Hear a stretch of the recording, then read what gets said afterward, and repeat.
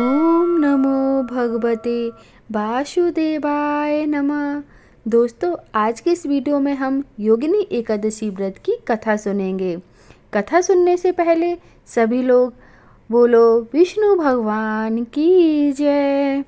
धर्मराज युधिष्ठिर कहने लगे, हे भगवान, मैंने ज्येष्ठ शुक्ल एकादशी के व्रत का महात्म्य सुना। अब कृपया करके आषाढ़ कृष्ण एकादशी की कथा सुनाइए। इसका नाम क्या है और इसका महत्व क्या है, ये भी बताइए। तब श्री कृष्ण कहने लगे कि हे राजन, आषाढ़ कृष्ण एकादशी का नाम योगिनी एकादशी है। इसके व्रत से समस्त पाप नष्ट हो जाते हैं। यह इस लोक में भोग और परलोक में मुक्ति देने वाली है। यह तीनों लोकों में प्रसिद्ध है।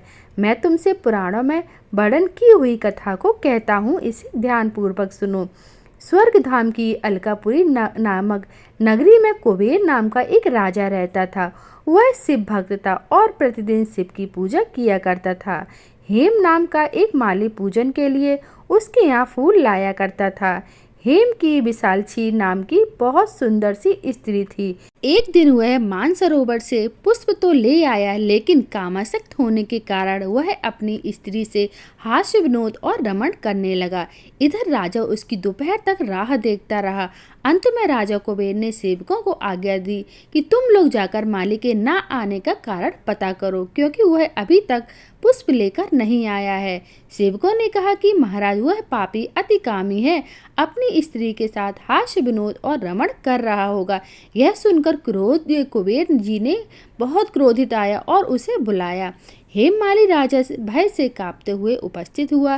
राजा कुबेर ने क्रोध में आकर कहा, अरे पापी नीच कामी, तूने मेरे परम पूजनीय ईश्वरों के ईश्वर महाराज शिव जी का अनादर किया है, इसलिए मैं तुझे श्राप देता हूँ। तू अपनी स्त्री का वियोग सहेगा और मृत्युलोक में जाकर कोढ़ी होगा।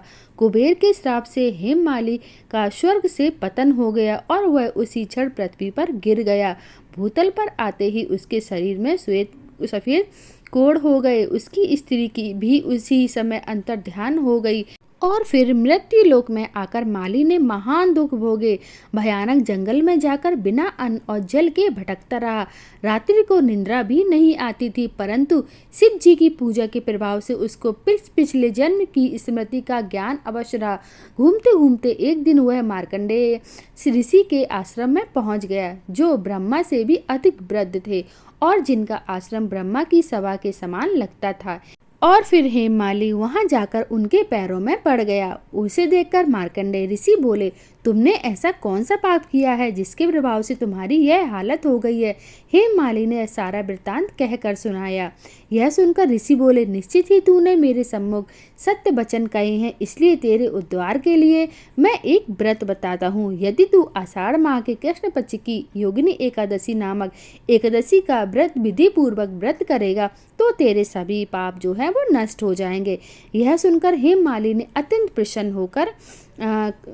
प्रसन्न होकर मुनि से साष्टांग प्रणाम किया। मुनि ने उसे स्नेह से उठाया। हेममाली ने मुनि के कथानुसार विधि पूर्वक योगिनी एकादशी का व्रत किया और इस व्रत के प्रभाव से अपने पुराने स्वरूप में आकर वह अपनी स्त्री के साथ सुखपूर्वक रहने लगा।